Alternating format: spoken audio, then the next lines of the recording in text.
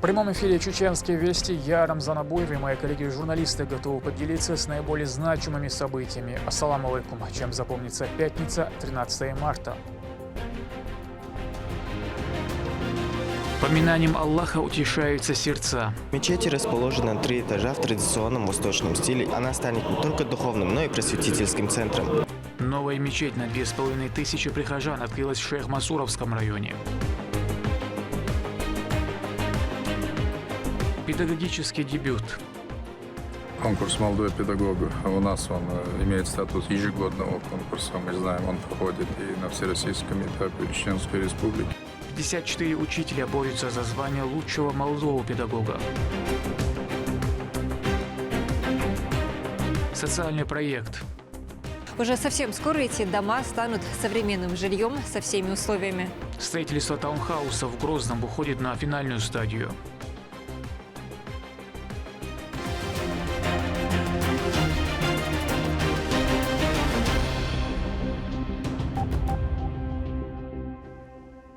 Начнем выпуск со сводок с передовой. В Харьковской области в селе Волчанские хутора наши бойцы пресекли попытку проникновения диверсионной группы ВСУ. Об этом сообщил в своем телеграм-канале глава.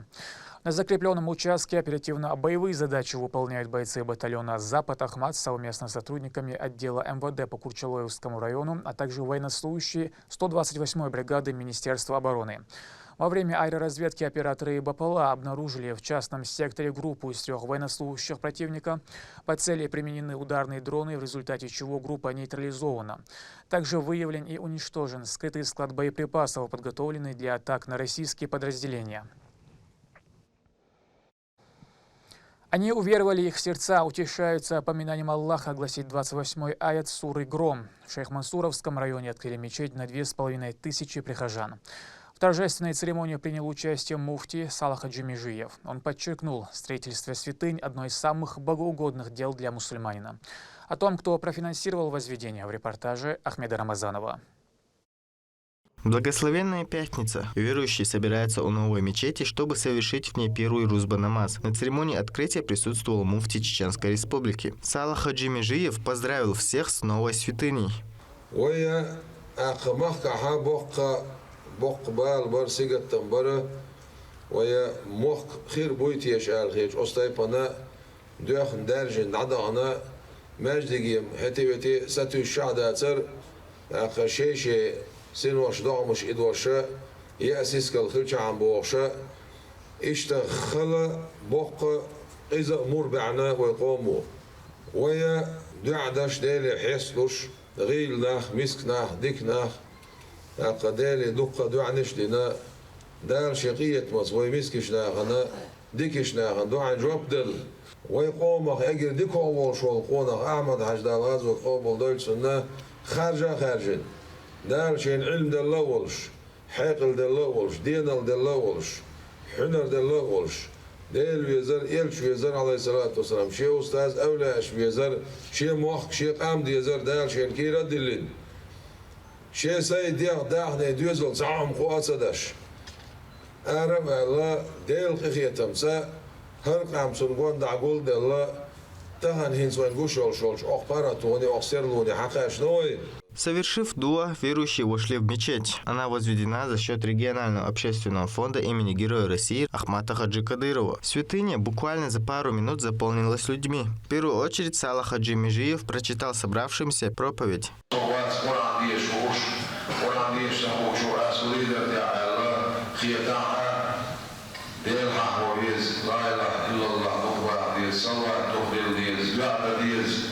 Далее мусульмане совершили коллективную молитву, а после прочитали мавлид, поминая Всевышнего и восхваляя его любимца пророка Мухаммада, да благословит его Аллах и приветствует. Для местных жителей открытие святыни стало настоящим праздником. Они выразили искренние слова благодарности.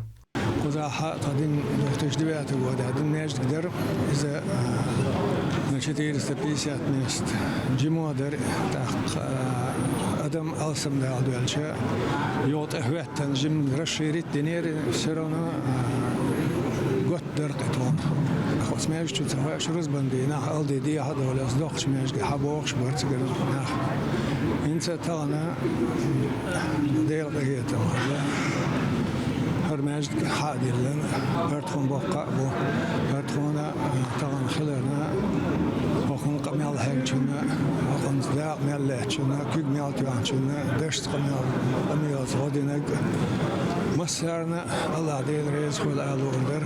Новая мечеть способна вместить в себя около 2500 верующих и построена с учетом современных требований и тенденций. В мечети расположена 3 этажа в традиционном восточном стиле. Она станет не только духовным, но и просветительским центром. Ахмед Рамазанов, Магомед Басаев, Вести, Чеченская Республика. Региональный общественный фонд имени Героя России Ахмата Хаджи Кадырова продолжает масштабные коллективные ифтары для жителей сектора Газа. Ежедневно разговение проводит более 500 постящихся. В меню традиционные блюда, приготовленные с соблюдением всех канонов религии. Благотворительная акция продолжится до конца благословенного месяца Рамадан, времени, когда садака обретает особую значимость. А помощь нуждающимся считается одним из наиболее богоугодных деяний. Координацию гуманитарной инициативы осуществляет помощник главы, секретарь Совета безопасности Адам Кадыров. Администрация Урус-Мартановского района совместно с сотрудниками МВД проводит мониторинг цен на продовольственные товары в месяц Рамадан по поручению главы Чеченской Республики. Особое внимание уделяется социально значимым продуктам и товарам первой необходимости. В ходе рейдов комиссия сверяет фактическую стоимость товаров с перечнем, рекомендованным Министерством промышленности и торговли, а также с установленными предельными ценами.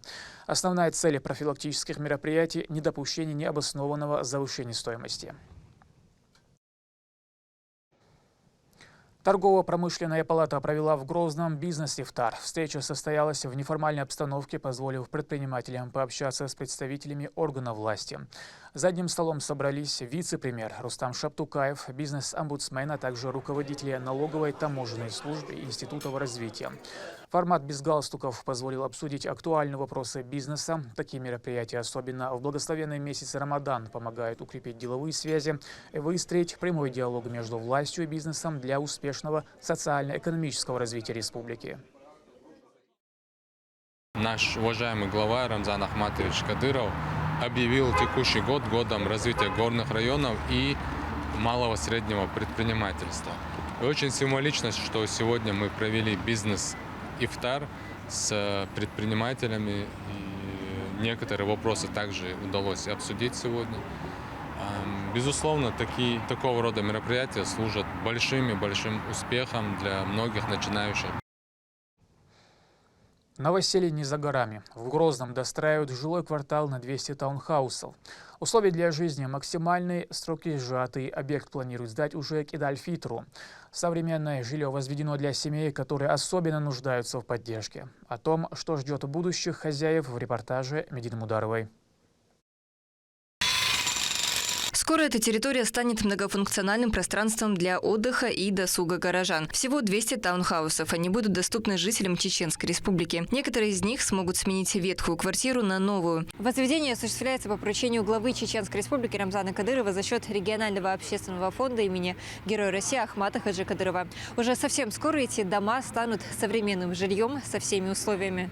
Все строительные и внутриотделочные работы завершены. В каждом здании 7 коттеджей в 2 этажа, которые включают в себя ванную, зал, кухню и 3 спальные комнаты для большой семьи. Все помещения уже обставлены мебелью и ждут жильцов. На данный момент идет благоустройство прилегающей территории, асфальтирование, укладка тротуара, установка детских площадок. Работы идут в соответствии с графиком. В настоящее время ведутся работы по устройству дорожного полотна, общая протяженность которого составляет порядка 1,5 километра. Жители, которые будут проживать в данном поселке, предусмотрено строительство 2 парков общественной территории общей площадью более 15 тысяч квадратных метров.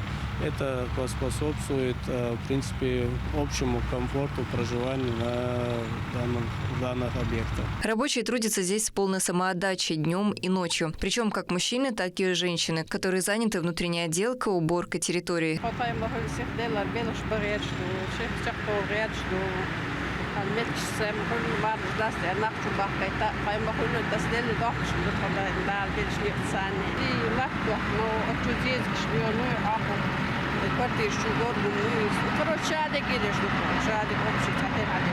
В ближайшее время все объекты будут готовы к сдаче. Новоселы смогут разместиться в своих жилищах и встретить праздник Идаль-Фитр уже в своих домах. Медина Мударова, Сейдемин Мусаев и Магомед Ахматов. Вести, Чеченская Республика.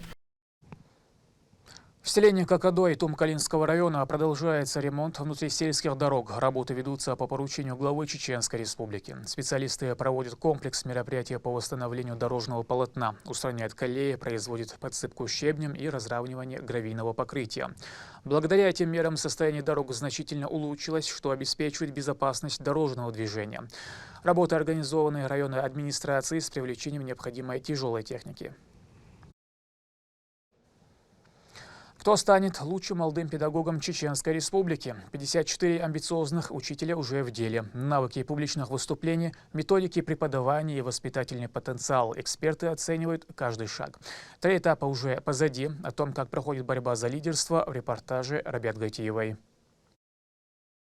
Самое важное качество в человеке еще раз.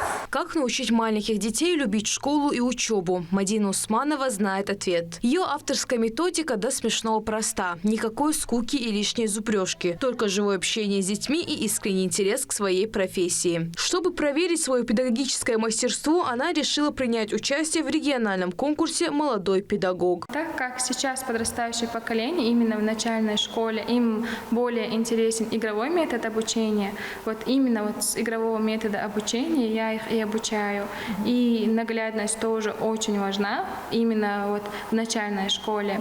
И с помощью разных игр я привожу их к теме, и им так более интереснее. Конкурс, организованный Министерством образования и науки Чеченской Республики, призван раскрыть творческий потенциал и создать условия для самореализации начинающих учителей. В этом году за звание лучшего борются 54 специалиста различных школьных дисциплин со всего региона. Конкурс «Молодой педагог» у нас он имеет статус ежегодного конкурса. Мы знаем, он проходит и на всероссийском этапе Чеченской Республики. У нас каждый год очень активно на каждом уровне, на уровне школы, на уровне муниципалитета всегда идет работа по отбору лучших в своем муниципалитете, в своем районе. Правда, мы по поручению главы республики Рамзана Ахматовича в последние годы стараемся максимально делать акцент именно на молодежи, на молодых педагогах.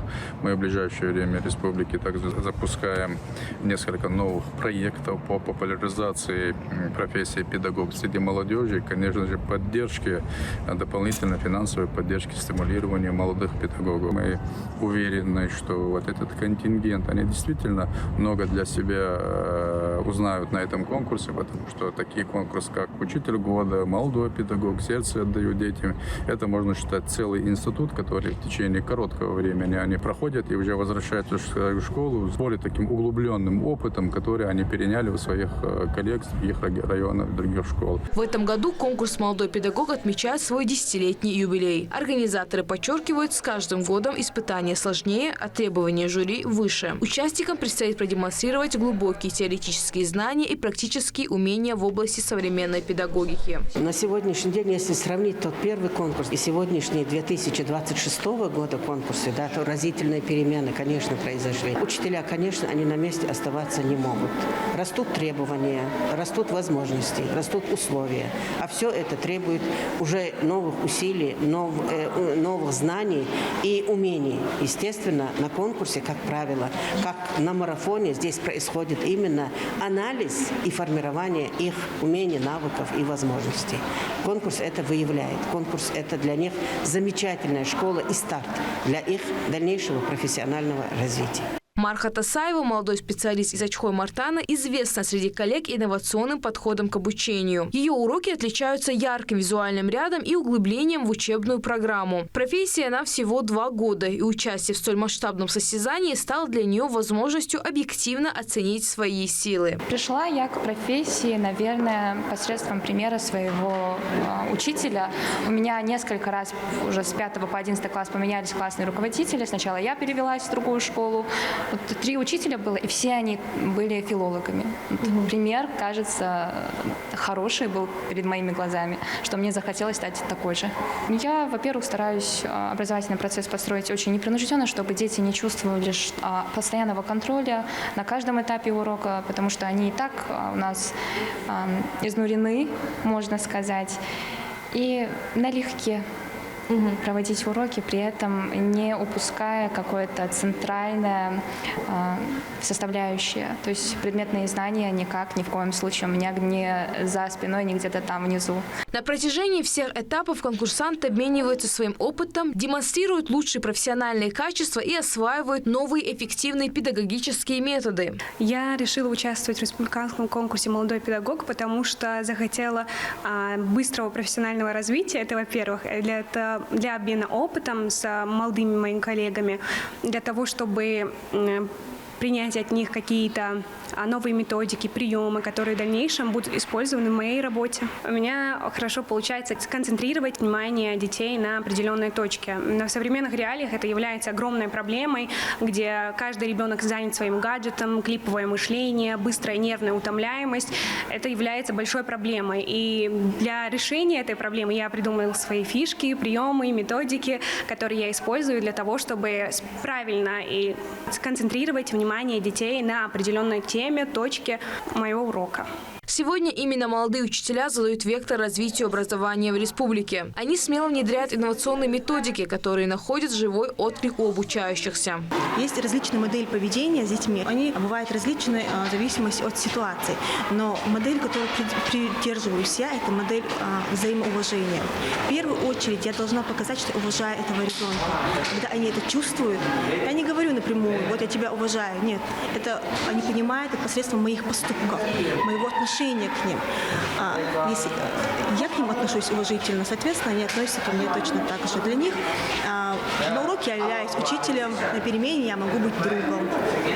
Думаю, это и есть цель учителя – стать не только учителем, но и наставником и другом. Как отмечают сами школьники, молодые педагоги чаще стараются проводить уроки увлекательно и насыщенно. Ученики в них ценят индивидуальный подход и умение выстраивать доверительный диалог с каждым. Мне очень нравятся наши молодые педагоги, потому что с ними интересно вести уроки, ты все время бываешь с ними на одной волне, легко объясняют тебе. На уроках бывает играют игры, и они очень классно рассказывают всякие истории и вообще ведут уроки. Имя победителя, который представит Чеченскую Республику на всероссийском уровне, станет известно уже в конце марта. В этот же день будут объявлены имена лауреатов. Молодые учителя приходят в школу со своими идеями, энергией и желанием менять образование к лучшему. Их путь в профессии только начинается. Однако именно такие педагоги становятся для учеников наставниками, которые помогают найти свое будущее. Рабиат Гайтиева, Саид Амин Мусаев, Вести, Чеченская Республика. Министр культуры Иса Ибрагимов совместно с главой администрации Веденского района Турпалали Абдулазизовым проинспектировали учреждения культуры муниципалитета. Они посетили районный дом культуры и центральную библиотеку, где оценили техническое состояние зданий и условия работы сотрудников. По итогам осмотра профильным специалистам поручено подготовить документацию для проведения ремонтных работ. Также в ходе встречи с представителями сферы культуры обсудили вопросы развития отрасли и определили приоритетные направления деятельности на текущий год. На этом пока все. Много интересного контента смотрите на аккаунтах Вайнаха в социальных платформах. Я Рамзан Абуев, и пусть в вашей жизни будут только позитивные вести.